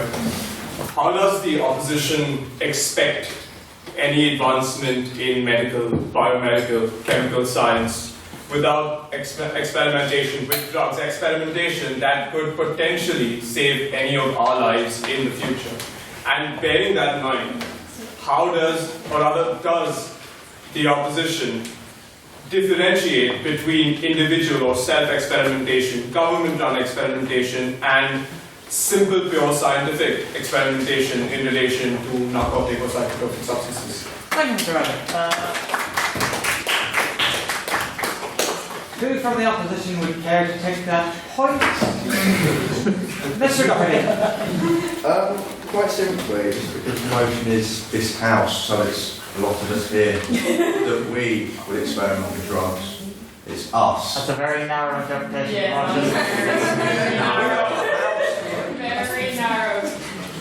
However, as I would say, most of what the proposition has said is to do with themselves, especially in Israel. So I think that the idea of scientific experimentation, whilst it could be very important, what that ignores, and I think there is some value to your point, and that's why we had a 5-minute argument about it. I think that what that ignores is the issue of society, of social experimentation with drugs, and that can be harmful. Scientific experimentation, as much as it can be good, scientific experimentation can also be dangerous, and that can be dangerous on a large scale. Drugs, it's not, it could be dangerous with anything. Thank you, Mr. Doherty. Would anybody from the prop care you decided yourselves? Mr. Brooks-Barron. Great point. We need medical experimentation with drugs to fight illnesses in our society today. We just simply could not fight them, and the illnesses would advance without it. So, yeah. Thank you very much, Mr. Brooks-Barron, for keeping it succinct. Ms. Dixon. For the, is this an abstaining point, I presume? No, no. Oh, well, sorry, any abstaining points, I should clarify. Mr. Sullivan. I would ask both sides if they believe that the topic of controlled medical research is in keeping with the spirit of this motion.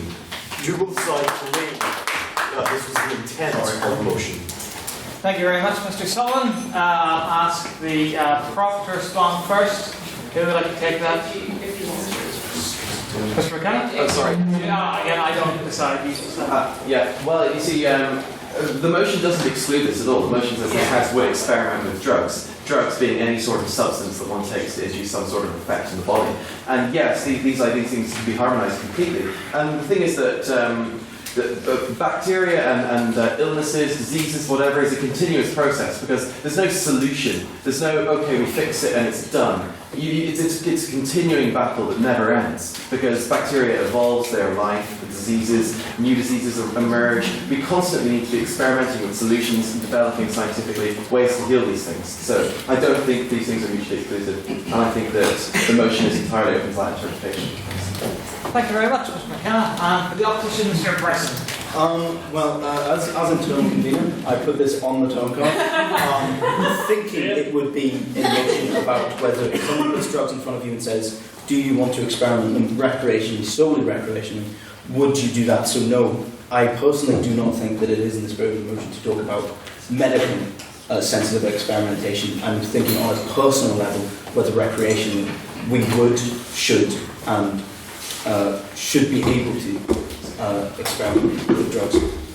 Thank you very much, Mr. Bryson, for your complete failure to defend the motion. Any points for the proposition? For the proposition, Ms. Dixon.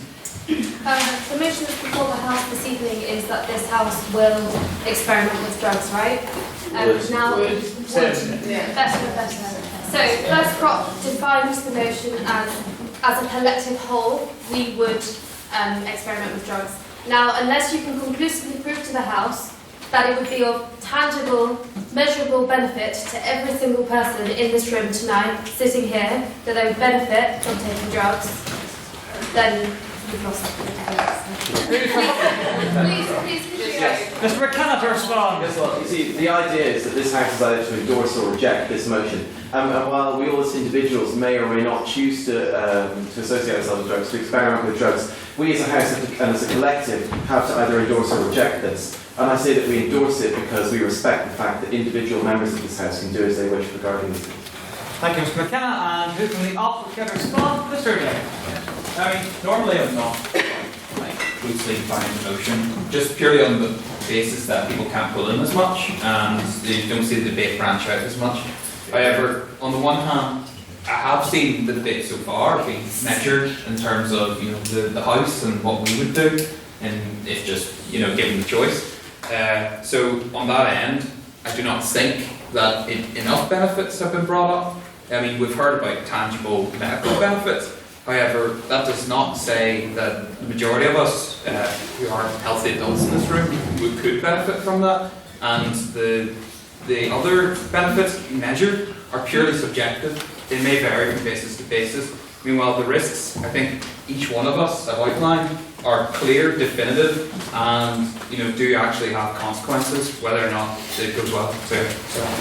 Thank you very much, Mr. Adair, and I believe we're back to a question for the opposition. Yes, someone's calling out now. So, any questions for the opposition? No, not at all. Why? Not really. Or no, this pretty much. Go on. No, yeah, come on. No, come on.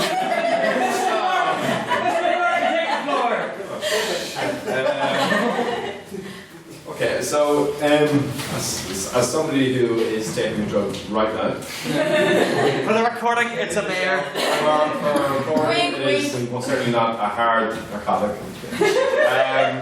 For somebody that's taking a drug right now, and I've already raised this point, but I want to hear it as a response from the opposition itself, of how can we distinguish between some people in this room may have not experimented with alcohol, and we are defining alcohol as one of the biggest problems of our society as a drug. So if we're saying here and we're saying, okay, well most of the people in this room experiment with alcohol and we take alcohol, sometimes way too much. I mean, way too much.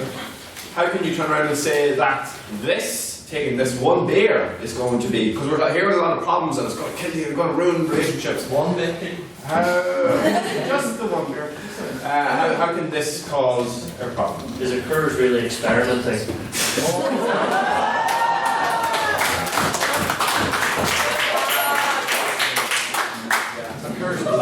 Curse light, I'll have a go.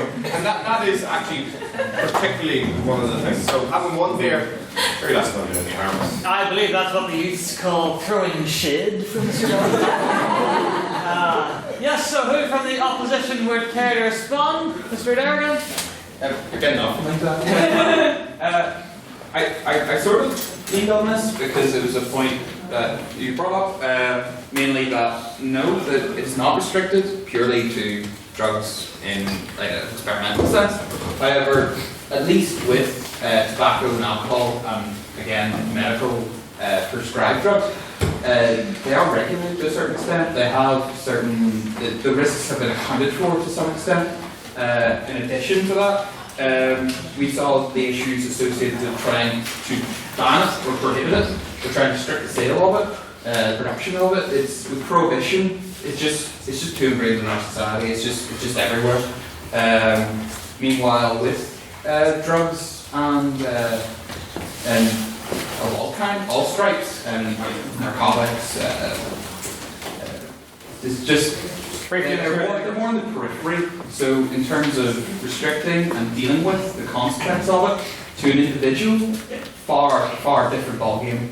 So that would be my take on it. It's accounting for something that's we already know is bad. It's just we don't want to let another one out of the genes in the bottle. Thank you, Mr. Adair. And for the proposition, Ms. Swell. See, here's where, because you encounter someone with an actual proper addiction, say alcoholism. Most of the time, if it's something psychological, purely mental therapy will work in the majority of cases, but most of the time, drugs can supplement these and have higher rates of recovery. So we need, I know this sounds ridiculous, but we need drugs to help addiction. And also, I'm going to address a question that was proposed to the House. How would all of you benefit from experimenting with drugs? And I'll answer this with one statement. Everyone in this room will get sick at one point in their life. And at that point, you will need to experiment with drugs that will work for you and will get rid of your own condition and everything like that. And there are legal drugs that have actually been found to help some medical conditions. So that's it. Thank you, Ms. Swell.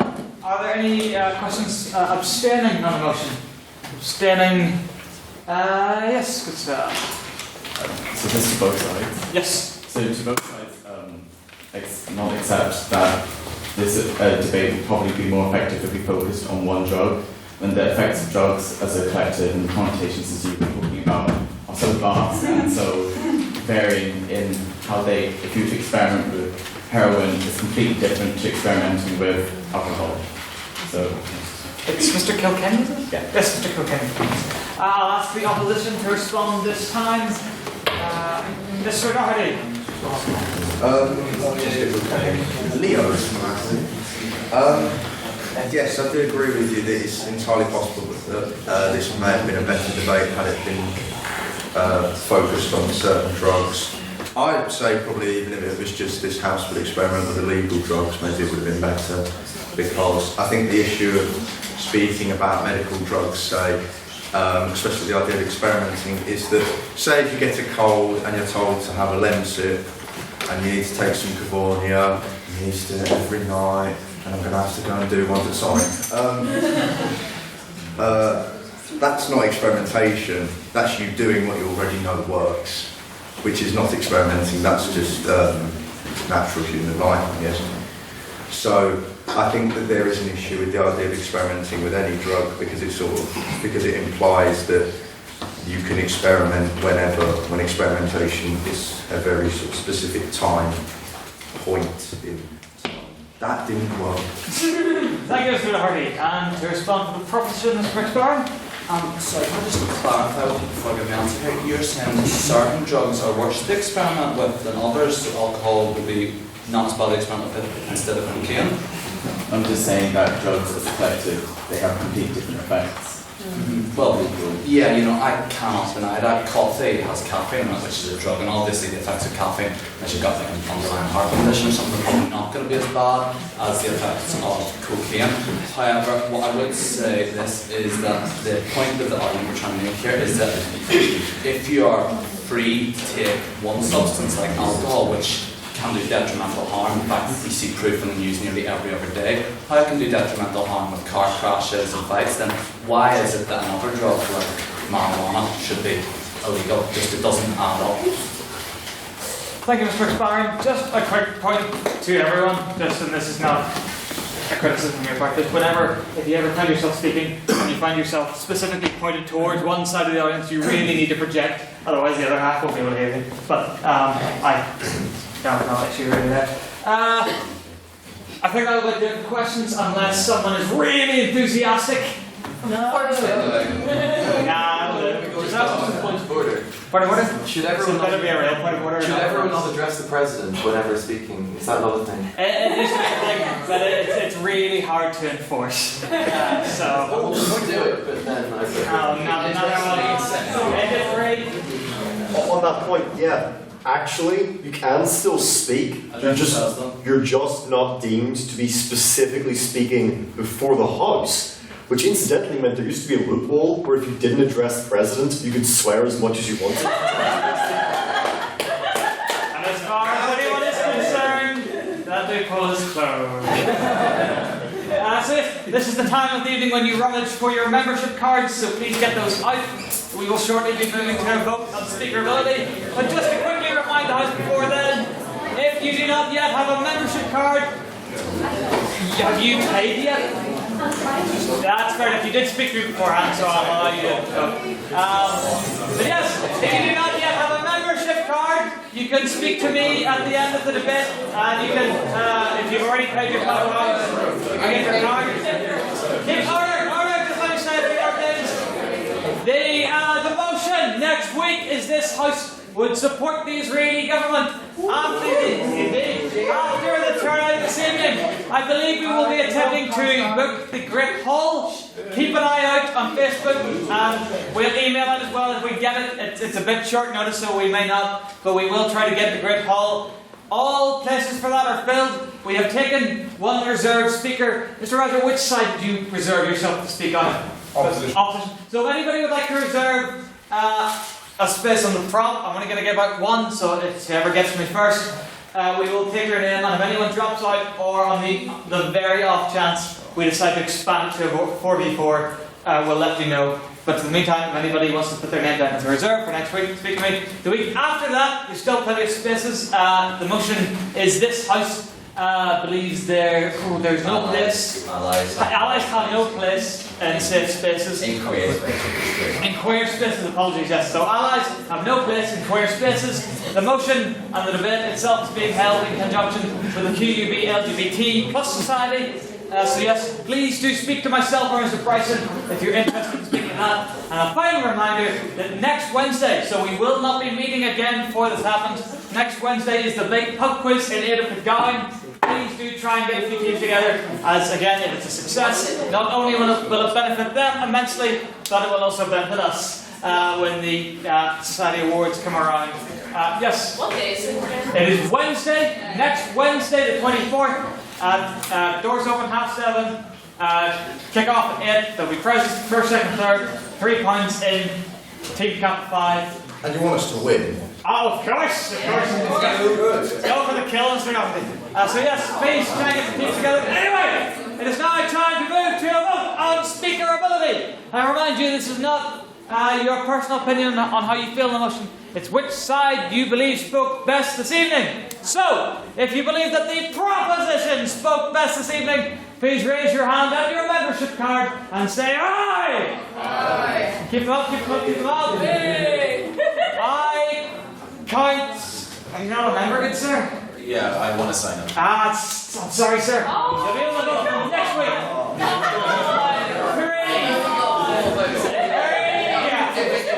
If he guarantees to sign up afterwards, give them 4 votes. Because I'm going to be like, come on. You guarantee me you'll sign up? Yeah. I'll for. Listen, I am very specifically avoiding looking at Mr. Solomon. I'm sure he's staring daggers at me. Just we've got another Chiefs confirmed stand up, so that's 5 votes. Thank you. 5 votes. Okay. We're still sign up tonight if you want voting privileges after tonight. We're not doing this again. My predecessors are not smiling upon me at this moment in time, I'm sure. Anyone who believes that the opposition spoke best this evening, please raise your hand and say nay! Keep them up. 1, 2, 3, 4, 5, 6, 7, 8, 9. Mr. Secretary? 9. Is your and all those who would like to abstain on the motion, who believe each side spoke equally well or equally terribly, or wish to express no opinion on the motion whatsoever, please raise your hand and say loud, say proud, say meh! Whoa, yes, keep it up. 1, 2, 3, 4, 5, 6, 7, 8, 9, 10, 11, 12, 13, 14, 15, 16, 17, 18, 19, 20, 21, 22, 23, 24, 25, Mr. Secretary. After the meeting, we will be adjourning to workers for Antivirus Fire Pellet for mental vegetable drinks. But just before that, Mr. Secretary, can you please bring back the vote to me? Mr. President, that was a whole 5 votes for the proposition, 9 for the opposition, and 25